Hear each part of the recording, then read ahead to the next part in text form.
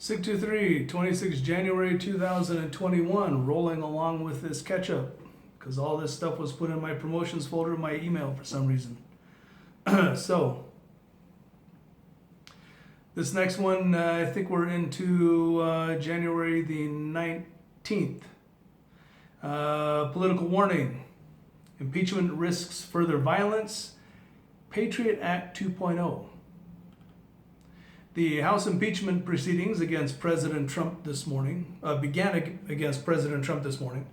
Likely to be passed by the House, the impeachment process will then move to the Senate, which is out of session until 19 January. So this isn't 19, I think this is 14, whichever.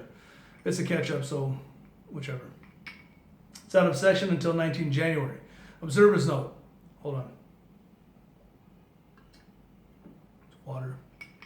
The Senate trial is unlikely to begin before 20 January. One of my concerns is for political violence either during the Senate trial or following a Trump conviction. Well, as we know, 26th of January never happened. It didn't even go forward. They're still trying. They want to impeach Trump as a private citizen, which I'm going to have to read up on this. Somebody said maybe blatantly unconstitutional, like that ever stops liberals before. So, the Senate trial is unlikely to begin before January 20. One of my concerns is political violence, either during the Senate trial or following a Trump conviction, whether by a small group, lone wolf, or a deranged lunatic. Disrupted plots or actual violence could provide immediate cause for Congress and the Biden administration to justify further action against pro-Trump elements in government, the military, politics, and society. This is where a larger concern comes in. The FBI really is infamous for creating or encouraging domestic terror plots and then disrupting them. It's like almost like the Hegelian dialectic. Thesis, antithesis, or antithesis and synthesis. There isn't a problem, we create a problem, we create a solution to the problem that we created in the first place. But we needed to create the problem first. An event like this would further polarize the country. I'm not sure you can get any more polarized than what we are now. It's only liberals or Americans, that's all we have. Confirming to one half the imminent and continuous danger of violent domestic extremism, while confirming to the other half that the federal government is plotting against it. One avenue for combating domestic extremism could be a new White House post to counter violent extremists, and that then candidate Biden added to his platform during the campaign. Following the 2019 El Paso shooting, at least 6 congressional committee hearings focused on domestic terrorism and white identity extremism. There was overwhelming support among Democrats for new laws that targeted domestic extremists, and with a Democratic House and Senate, we could see something like a Patriot Act 2.0, which would expand government authority to combat domestic extremism. My longer-term concern is that this actually spurs more violence. Domestic extremism laws combined with Biden's agenda on gun control could be a trigger for a higher intensity conflict. You know, I was in El Paso in 2019 when that shooting happened. And I believe they only pinned it on one person. But I can tell you from the news, there were at least 2 other people in different locations involved. I remember them shutting places down, Walmart, I think Home Depot, a couple of other places. And yeah, I was there to listen to that too. I just listening to the news. I was in a position to be in a sports bar having lunch right when that was occurring. And I got to listen to it live. So, yeah.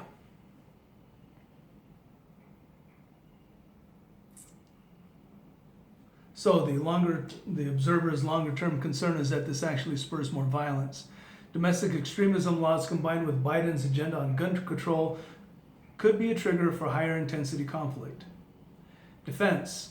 According to a National Guard spokesperson, the Pentagon approved National Guard troops deploying to Washington, D.C. to augment security at the Capitol to be armed with lethal weapons.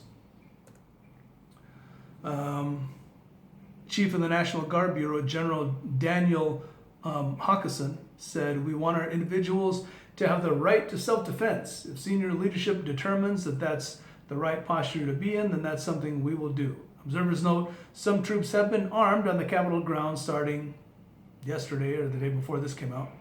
The recent authorization is not a requirement for all troops in D.C. to be armed, but it does indicate a heightened security posture leading up to Usurpation Day.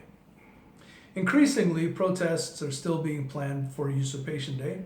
While it can be predicted, the most dangerous course of action is violence that results in shooting deaths. One person doing something incredibly dumb on or around Usurpation Day, possibly a reprisal for the shooting death of Ashley Babbitt, could lead to a tailspin of violence. Well, we know where DC police stand. They've chosen where they are. And that's good enough for me. Low intensity conflict intel. Far left to hold Usurpation Day disruptions at state capitals and ICE facilities. Liberals are calling for disruptions at their respective state capitals and ICE detention facilities on Inauguration Day on 20 January. I'm adding these on my own. This is not the observers at Fort Observer are not the ones they are saying anti-fascist. I'm just calling them what they are. Liberals. They are saying Inauguration Day. I'm saying Usurpation Day. If Trump actually won by 420 electoral votes, legitimately, and no evidence was allowed to be brought before the Supreme Court of the United States of America encouraged, aided, and abetted the usurpation of a legitimate sitting president for another one. I don't know what else you can call it. So, these liberals, because that's all they are calling for disruptions at their respective state capitals and ICE detention facilities on Usurpation Day of 20 January.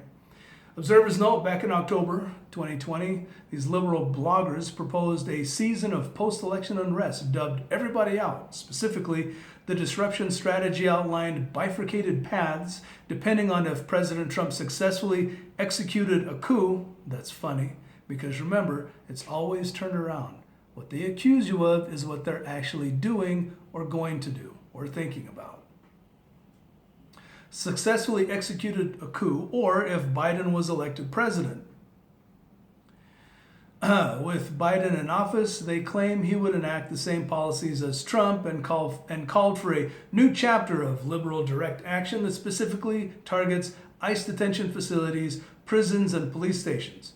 We can expect ongoing unrest from the Biden administration with these recent calls for disruption clearly following this strategic outline. Remember, there's only liberals. There's only the liberals who will stand by and provide assistance in some way, and those who actually carry out direct action.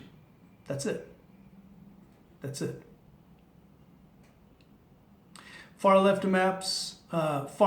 or simply liberals, map out Capitol rioters and rally attendees using leaked data. Anti-fascist or liberal intelligence support teams claim to have collected and mapped out the locations of those who were in Washington, D.C. during last week's Capitol protest. Activists claim that they have extracted geolocation data from photos, videos, and chats from the recent Parler data leak. Activists say they refuse to provide the information to law enforcement, but noted that they have other means to ruin their lives. Interesting. Observers note the alleged failure of Parler to scrub EXIF data from users' photos, videos, and posts has exposed users to these extensive doxing efforts. These liberals are likely to pressure employers to fire them, businesses to not provide services to them, and schools to expel them. Further, activists could potentially assemble at or vandalize their homes and businesses. Far right calls for raising homes of politicians attending the usurpation. Far right chatroom participants called for followers to burn down and loot the homes of politicians and bureaucrats while they are away in Washington, D.C. for the upcoming usurpation on 20 January. They claim this action, among others moving forward, are part of a grander hybrid war of both total destruction and information warfare.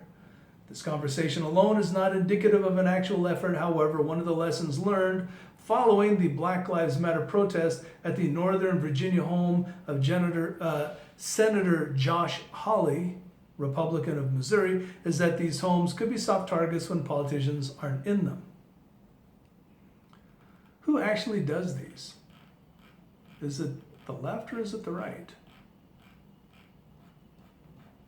Who actually does these? Who could be posing? Who's actually running these chat rooms?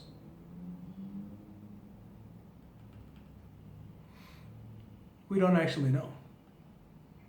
It says far right. We don't actually know because who is it that has been doing it for the past several months since May? Hasn't been people on the right. So with that, this was already at 12 minutes. I'm going to cut this off here and start another one. Anyway, so 623 out.